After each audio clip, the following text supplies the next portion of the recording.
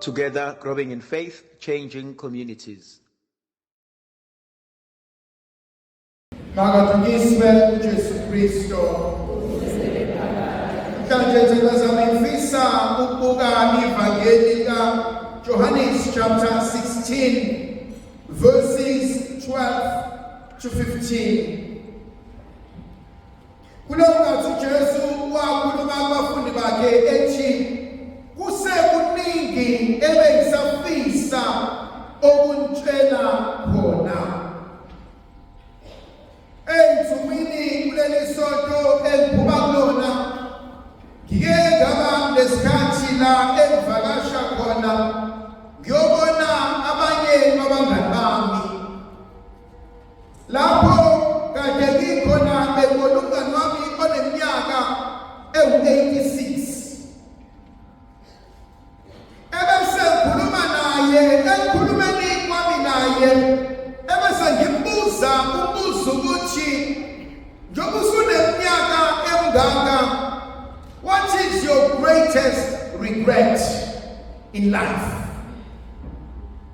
Uma ubuka impilo yakho nezinto indlela ezenzeke ngayo, what do you regret the most? Ebesethi, my greatest regret in life ukuthi angiphilanga impilo yami ngesikhathi ngisakwazi ukuthi ngiphile. I didn't live life while I could have lived. Esengithi mina ushiswa yini lokho na? Athi ngisemncane ekhaya babetha ngihambe ngiyofunda. Ngahamba ngafunda ngayinikela ekufundeni kwami. Ngaqeda isikole ngahamba ngaya ema-tertiary institutions ngafunda. And nakhona I was always trying to be the best. Nakhona kunama-activities ayenziwa ngangifuna ukuba ingxenye yakhona. Ngifuna ukuba yonke into engikwazi ukuyenza ngiyenze. And I realized ukuthi from there I was chasing one thing after the other. Ngifuna ukuba ngenze ngiqede. Kodwa futhi ngarealize ukuthi at some stage ngiyafuna ukuba nomuntu engizothandana naye. And so I pursued the relationship. And then ngilokhu ngizama njalo ngifuna ukuba nalo muntu kumele ngisebenze kanzima ukuze ngikwazi ukumlobona. Kumele ngisebenze kanzima ukuze nasemsebenzini ngikwazi how to climb the ladder.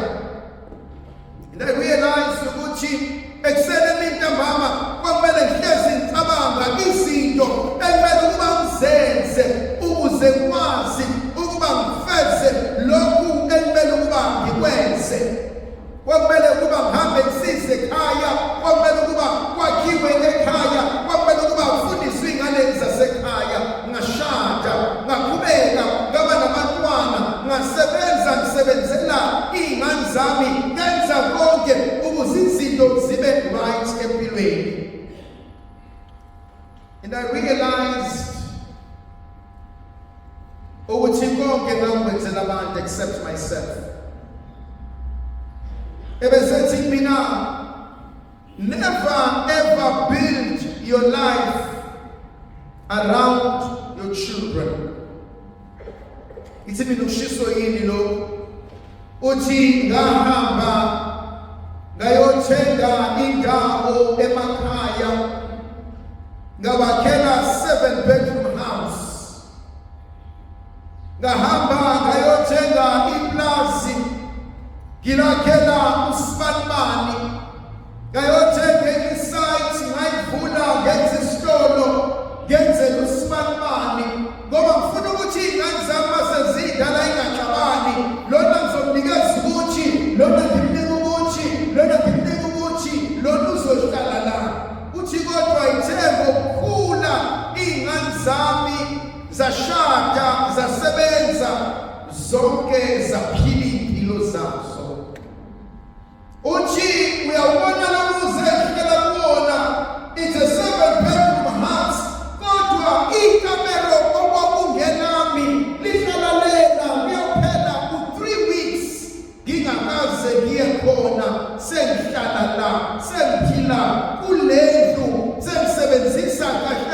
kahle ama-rooms amabili, la engilala khona, la engipheka khona, ngidle ngilale. And he says, so that you are not miserable, never live or build around someone else. What's your greatest regret? What is your greatest regret? Mawubuka impilo yakho.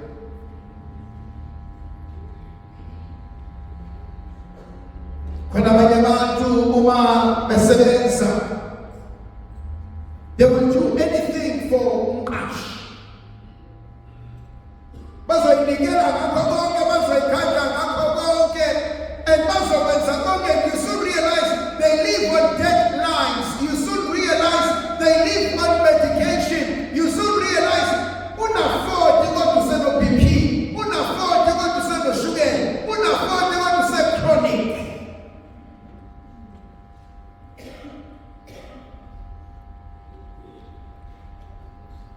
When last did you do something for yourself? When last did you spoil yourself? When last did you do something without feeling guilty?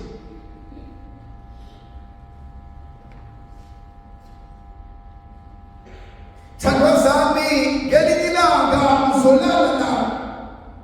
Ngithi mphuthume baqoqela kaNkulunkulu mhlangabezeni ngilosi zezulu. Aphendula amakholwa athi yamngenana umoya wakhe enwethule kophiko konke.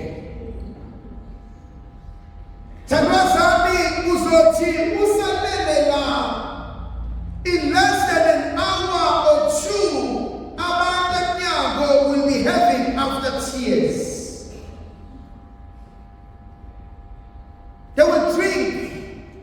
Abantu emnyango will say, let's celebrate impilo kaSibanibani.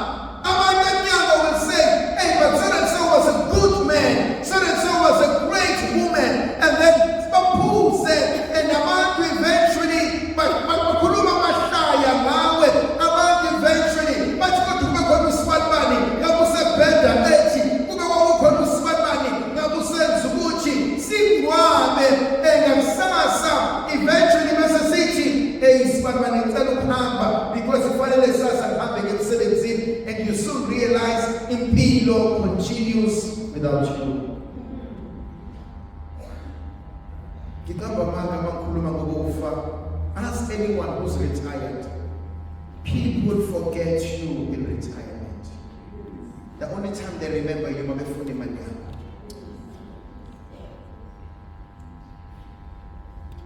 People don't care.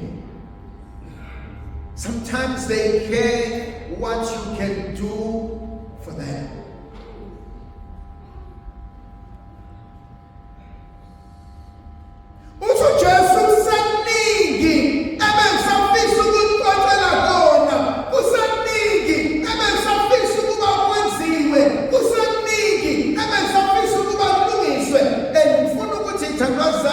There will always be enough. There will always be too much. There will always be things to be done. Noma ukushona namhlanje umsebenzi uzokusasela. Ngiyayithi mase ngineminyaka o-83, 86 amaRoma esengiqoshile enza ngihambe ngo-retire, sekufanele ngibuyele ekhaya, sengibuyele emndenini wakwethu. By then mhlambe abafowethu bodadewethu nabazali sebashona, ngobe sengazotsha komkhulu Fata. And nobody will know me. No, no one will know me. Abazukulu bothi wawukephi? Siyazi ukuthi khona loya mkhulu owathi uFata bayisemarabeni, but none of them will care. Konse fika isigaba la ngasakwazi ukuyidlela khona. Konse fika isigaba ngasakwazi ukuthi ngiyigqokise ngiyigeze. Sefika isigaba sengiyigqokisa. None of them will care. Why? Bangazi. I can't hate them. And now I didn't know them. Ngibhizi namakholwa emarobeni, ngibhizi namakholwa emarobeni, and when I'm old and dying, 5% of our call will remember you.